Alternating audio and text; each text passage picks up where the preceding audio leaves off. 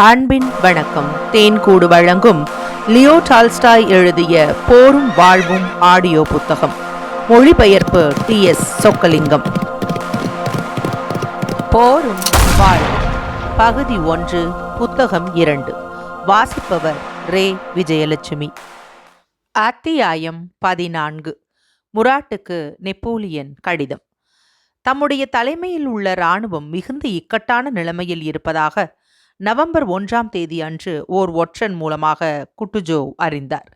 வியன்னாவில் பாலத்தை கடந்த பின்பு பிரெஞ்சுக்காரர்கள் ஏராளமாக முன்னோக்கி வந்து கொண்டிருப்பதாக அந்த ஒற்றன் செய்தி கொண்டு வந்தான். ருஷ்யாவிலிருந்து எந்த ரஸ்தா வழியாக உதவி திருப்புகள் வந்து கொண்டிருந்தனவோ அதே ரஸ்தாவில்தான் பிரெஞ்சுக்காரர்கள் முன்னேறி வந்தார்கள். கிரம்ஸ் நகரத்திலேயே தங்கிவிடுவது என்று குட்டுஜோவ் தீர்மானித்தால் ருஷ்யாவிலிருந்து வந்து கொண்டிருந்த உதவிப்படைகள் தம்மை வந்து சேர முடியாதபடி நெப்போலியனின் 1.5 லட்சம் வீரர்கள் தடுத்து விடுவார்கள். அதோடு அவரிடம் உள்ள 40,000 களைத்து போன வீரர்களையும் வளைத்து கொள்வார்கள். அப்பொழுது அவருடைய நிலைமை உல்ம் என்ற இடத்தில் மாக் என்பவருக்கு நேரிட்டதைப் போலவே நேர்ந்துவிடும். ருஷ்யாவிலிருந்து துருப்புகள் வந்து கொண்டிருந்த ரஸ்தாவை இவர் கைவிடுவாரானால் இவருக்கு வேறு நல்ல ரஸ்தா கிடையாது. பொஹீமியன் மலைகளுக்கே இவர் போக நேரிடும். அப்படி போனால் எதிரிகளின் ஏராளமான துருப்புகளின் தாக்குதலிலிருந்து தம்மை காத்து கொள்ள வேண்டியது ஒரு பக்கம் இருக்க, ருஷ்யாவிலிருந்து வரும் பக்ஸ்ஹவுடனுடன் சந்திக்க முடியாமலேயே போய்விடும். கிரம்ஸிலிருந்து ஆல்முட்ஸ்க்கு போகிற ரஸ்தாவில் குட்டுஜோவ் சென்று ருஷ்யாவிலிருந்து வரும் துருப்புகளோடு சேர்ந்து கொள்வது என்று தீர்மானித்தால் அங்கே மற்றொரு அபாயம் இருக்கிறது. வியன்னா பாலத்தை கடந்து முன்னேறி கொண்டிருந்த பிரெஞ்சு துருப்புகளோடு சந்திக்க வேண்டியிருக்கும். குட்டுஜோவின் படைகள் தங்களுடைய மூட்டை முடிச்சுகளோடு போக்குவரத்து சாதனங்களோடும் கஷ்டப்பட்டு ரஸ்தாவில் போய்கொண்டிருக்கும் போதே 3 மடங்கு அதிக பலமுள்ள எதிரியோடு சண்டை போட நேரிடும். அந்த எதிரிகள் இருபுறமாக இவர்களை தாக்கி நெருக்குவார்கள். ஆனால் இந்த வழியை குட்டுஜோவ் பின்பற்றினார். வியன்னாவின் பாலத்தை கடந்த பிரெஞ்சுக்காரர்கள் ஜெய்னமை நோக்கி வேகமாக முன்னேறி வருவதாக அந்த ஒற்றன் அறிவித்தான். குட்டுஜோவ் இருந்த இடத்திற்கும் அந்த ஜெய்னமுக்கும் 100 வெர்ஸ்டுகள். இந்த இடத்துல வெர்ஸ்டுகள்னால் என்ன அர்த்தம்னா, ஒரு வெர்ஸ்ட் என்பது 2/3, அதாவது 3/2 பங்கு அப்படின்னு எடுத்துக்கலாம். 3/2 பங்கு மைல் தூரம் தான் ஒரு வெர்ஸ்ட் அப்படின்னு சொல்கிறாங்க. குட்டுஜோவ் இருந்த இடத்திற்கும் அந்த ஜெய்னமுக்கும் 100 வெர்ஸ்டுகள் தூரம் இருக்கும். பிரெஞ்சுக்காரர்களுக்கு முன்பாக ஜெய்னம் போய் சேர்ந்தால் இராணுவத்தை காப்பாற்றலாம் என்ற பெரிய நம்பிக்கை உண்டு. தமக்கு முன்பாக ஜெய்னமுக்கு பிரெஞ்சுக்காரர்கள் போகும்படி விட்டுவிட்டால் உல்மில் ஏற்பட்ட அதே அவமானமே பூரா இராணுவத்திற்கும் ஏற்படும், அல்லது பூராவாக நாசமாகிவிடும். ஆகவே பிரெஞ்சுக்காரர்களுக்கு முன்னதாக தாம் முழு இராணுவத்தையும் கொண்டு போவது அசாத்தியமாயிருந்தது. வியன்னாவில் இருந்து ஜெய்னமுக்கு போகிற ரஸ்தா கிரம்ஸிலிருந்து ஜெய்னமுக்கு ருஷியர்கள் போகும் ரஸ்தாவை விட உயர்ந்ததும் சுருக்கமானதுமாகும். செய்தி கிடைத்த தினத்தன்று இரவு பக்ரேஷனின் முன்னணியைச் சேர்ந்த 4,000 வீரர்களை வலது பக்கமாக குன்றுகளை கடந்து கிரம்ஸ் ஜெய்னம் ரஸ்தாவிலிருந்து வியன்னா ஜெய்னம் ரஸ்தாவிற்கு குட்டுஜோவ் அனுப்பினார். ஓய்வின்றி ஒரே நடையாக வியன்னா திசையை நோக்கி இந்த படையெடுப்பை பாக்ரேஷன் நடத்த வேண்டும். பிரெஞ்சுக்காரர்களுக்கு முன்னதாக அவர் போய் ரஸ்தாவில் சேர்ந்து விட்டால் தமது துருப்புகளை கொண்டு எவ்வளவு தூரம் தாமதப்படுத்த முடியுமோ அவ்வளவு தூரம் தாமதப்படுத்த வேண்டும். இச்சமயத்தில் தமது துருப்புகளோடு குட்டுஜோவ் ஜெய்னமை நோக்கி புறப்பட வேண்டும். புயல் காற்று அடித்து வந்த அந்த இரவில் ஒழுங்கான பாதைகளில்லாத மலைகளை கடந்து நல்ல சாப்பாடும் நல்ல உடையும் இல்லாத துருப்புகளை அழைத்து கொண்டு 30 மைல் தூரம் பாக்ரேஷன் கடந்து வந்தார். வியன்னா ஜெய்னம் ரஸ்தாவில் உள்ள ஹாலாபிரன் என்ற இடத்திற்கு பிரெஞ்சுக்காரர்கள் வந்தடைவதற்கு சில மணி நேரங்களுக்கு முன்னால் அவர் வந்து சேர்ந்தார். வருகிற வழியில் தமது படையை சேர்ந்தவர்களில் 1/3 பங்கு பேர் சிதறிப்போனார்கள். குட்டுஜோவ் தம் துருப்புகளோடு ஜெய்னம் போய் சேர்வதற்கு இன்னும் சில தினங்கள் பிடிக்கும். ஆகவே பசியும் களைப்பும் கொண்டிருந்த அந்த 4,000 வீரர்களை கொண்டு பல நாட்களுக்கு பிரெஞ்சு துருப்புகளை தடுத்து நிறுத்த வேண்டியது பாக்ரேஷனின் வேலை. பிரெஞ்சுக்காரர்களின் முழு இராணுவத்தையும் இந்த 4,000 பேர்களை கொண்டு நிறுத்தி வைப்பது முடியாத காரியம். ஆனால் விதியின் ஒரு விசித்திரத்தினால் அந்த முடியாத காரியமும் முடியும்படியாக நேர்ந்தது. சண்டை எதுவும் இல்லாமல் ஒரு தந்திரத்தினால் வியன்னா பாலத்தை முராட் கைப்பற்றியதால் அதே மாதிரி குட்டுஜோவையும் ஏமாற்றுவதற்கு அவர் முயற்சித்தார். ஜெய்னம் ரஸ்தாவில் சந்தித்த பாக்ரேஷனின் பலவீனமான படைப்பிரிவை பற்றிய உண்மையை முராட் அறியவில்லை. குட்டுஜோவின் பூரா இராணுவமுமே அங்கிருப்பதாக நினைத்தார்.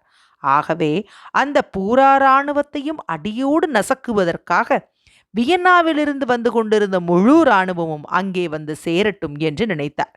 இந்த நோக்கத்தோடு ஒரு யோசனை கூறினார். 2 படைகளும் தங்கள் இடத்தை விட்டு அசையாமல் இருப்பதாய் இருந்தால் 3 நாட்களுக்கு யுத்த நிறுத்த ஒப்பந்தம் செய்து கொள்ளலாம் என்று அறிவித்தார். சமாதானத்திற்காக பேச்சுவார்த்தைகள் ஏற்கனவே ஆரம்பமாகிவிட்டதென்றும், ஆகவே அனாவசியமாக இரத்தம் சிந்துவதை தடுப்பதற்காகவே இந்த 3 நாள் போர் நிறுத்த யோசனையை தாம் கூறுவதாகவும் முராட் தெரிவித்தார். முன்னால் உள்ள அரண்களில் அமர்ந்திருந்த துருப்புகளின் தலைவரான ஆஸ்திரியன் ஜெனரல் கோமகன் ராஸ்டிட்ஸ் முராட்டின் தூதர் சொல்லியதை நம்பினார்.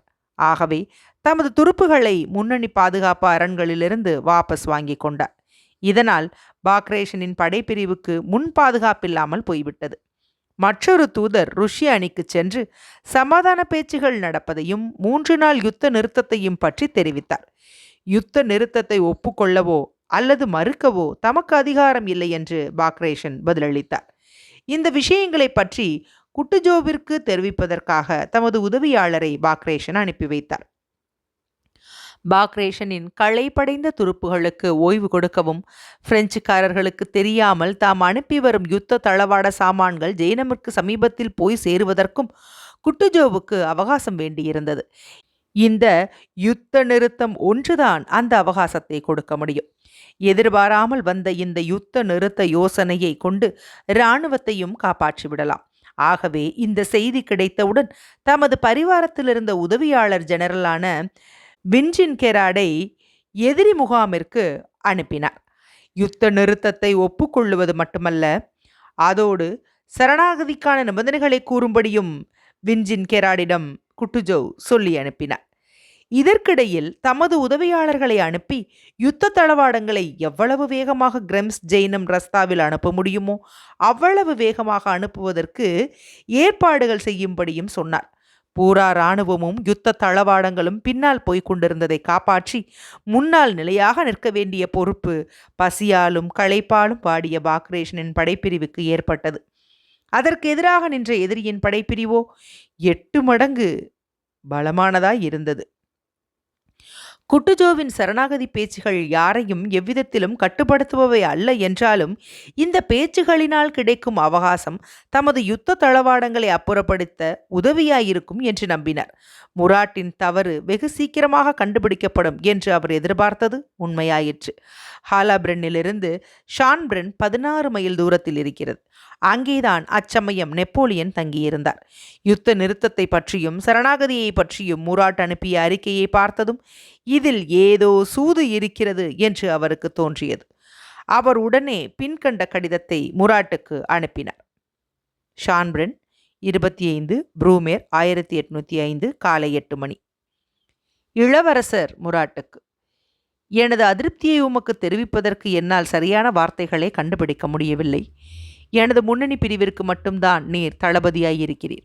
ஆகவே என்னுடைய உத்தரவு இல்லாமல் யுத்த நிறுத்தத்திற்கு ஏற்பாடு செய்ய உமக்கு அதிகாரம் இல்லை. ஒரு படையெடுப்பினால் கிடைக்கக்கூடிய பலன்களை இழக்கக்கூடிய விதத்தில் நீர் எனக்கு செய்கிறீர். யுத்த நிறுத்தத்தை உடனே முறித்து எதிரி மீது படையெடுப்பீராக. சரணாகதி திட்டத்தில் கையெழுத்திட்ட அந்த ஜெனரலுக்கு அப்படி செய்ய அதிகாரம் இல்லை என்று அவரிடம் கூறும். ருஷ்யாவின் சக்கரவர்த்தியை தவிர வேறு யாருக்கும் அந்த அதிகாரம் கிடையாது.